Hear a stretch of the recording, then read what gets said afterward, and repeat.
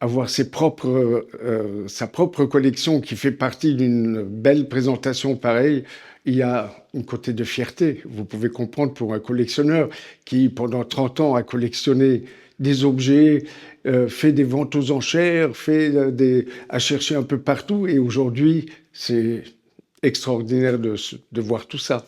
Je suis un collectionneur dans l'âme. J'ai commencé par collectionner des sucres. Ensuite, j'ai collectionné des timbres du monde entier.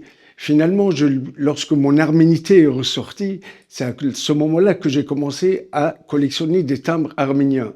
Aujourd'hui, j'ai une très grosse collection de timbres de la Première République, qui est absolument extraordinaire.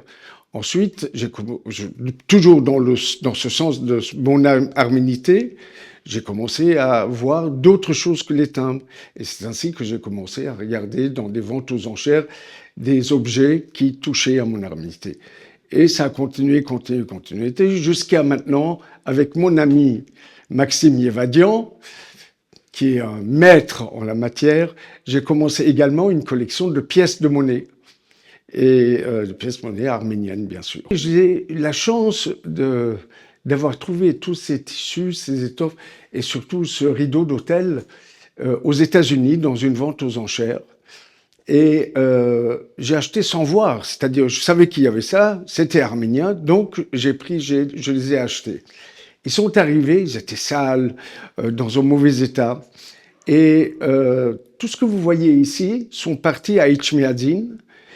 Le Catholicos m'a permis de prendre la personne qui répare tout ce qu'ils ont là-bas à Etchmiadzin, et c'est cette personne-là qui m'a tout nettoyé et remis en ordre, recousu tout ce qui était déchiré.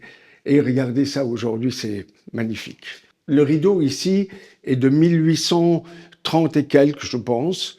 Et tout le reste, c'est des années, on voit dessus dans les années 1800, 1700.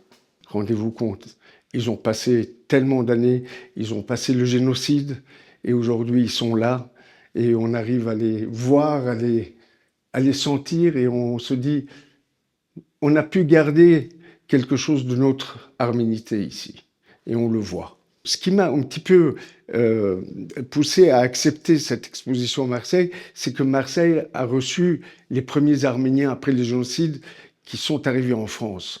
Ils sont d'abord arrivés à Marseille comme Charles Aznavour, comme vous le savez. Et donc c'était un port qui a reçu énormément d'Arméniens. Donc il fallait montrer à Marseille qu'il existe encore aujourd'hui dans le monde des objets qui ne doivent plus être gardés dans des coffres-forts ou dans des tiroirs, mais doivent pouvoir être montrés aux Arméniens et aux non-Arméniens. Et aujourd'hui, je suis fier de pouvoir montrer ça aux non-Arméniens ici dans ce musée.